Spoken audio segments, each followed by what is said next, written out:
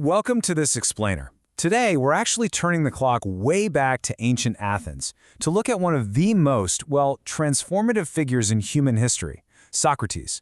But listen, this is definitely not just a history lesson.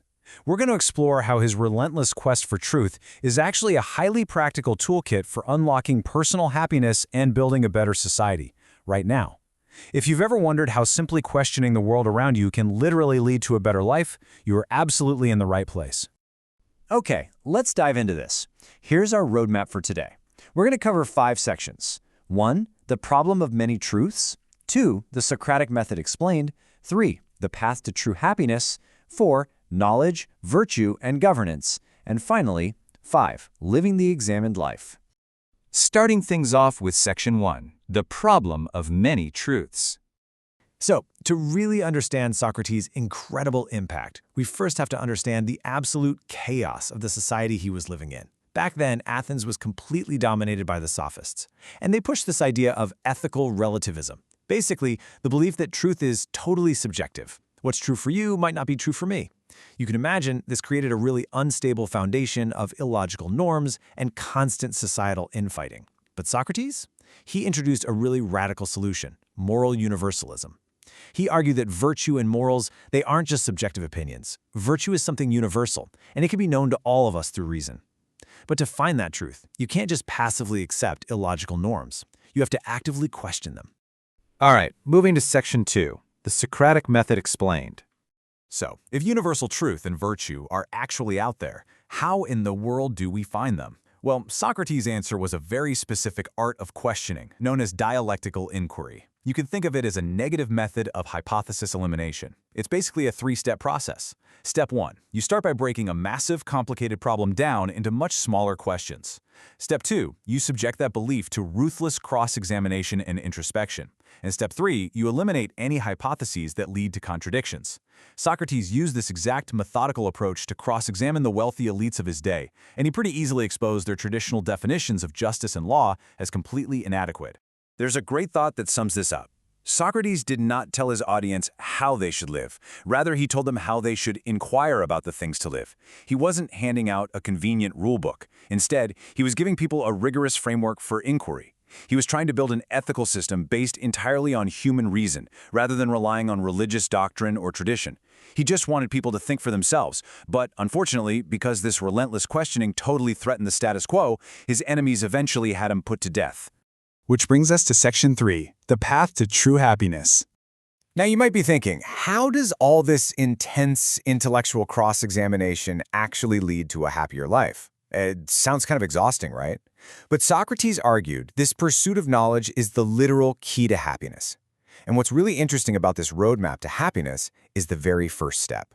Before you can gain knowledge, before you can develop virtues, and ultimately achieve happiness, you have to do something really difficult.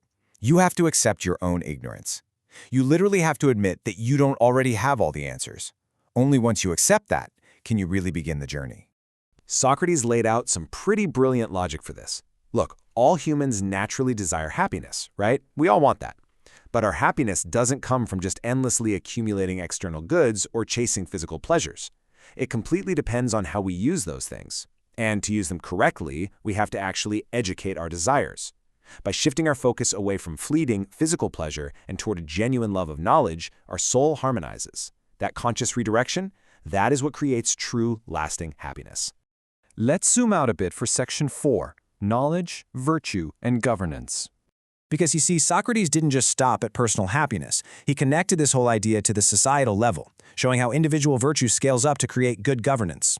To understand his view on society, we really have to unpack moral intellectualism. This is the view that anyone who genuinely knows what virtue is will automatically, necessarily, act virtuously. In his mind, no one knowingly does bad things.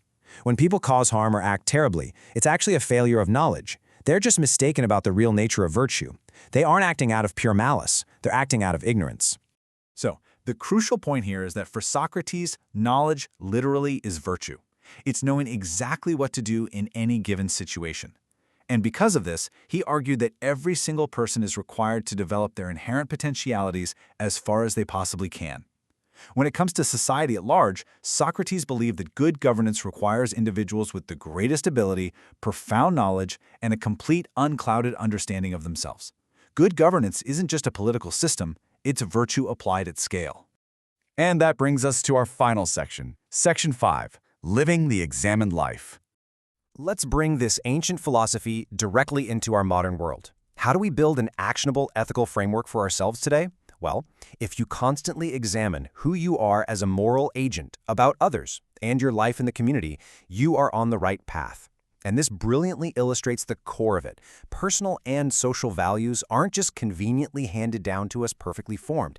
They have to be actively, consciously built up. You literally have to put the work in to examine your own life. This whole ethical framework rests on two main Socratic principles. First, the freedom to speak one's mind, which means having the actual courage to speak truth to power. And second, maintaining strict objectivity in your inquiries. Following these exact principles is what gave birth to virtue ethics in the first place, a framework that was, of course, later enriched by thinkers like Plato and Aristotle. And so we arrive at perhaps his most famous, impactful maxim of all: the unexamined life is not worth living. Because we as humans are rational creatures, it's knowledge that makes us virtuous, that brings us happiness, and that creates good governance. Therefore, we just cannot sleepwalk through our lives.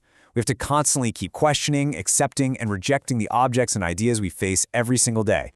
So, as we wrap up this explainer, I want to leave you with a direct question. A bit of a challenge, really, based on everything we've just talked about.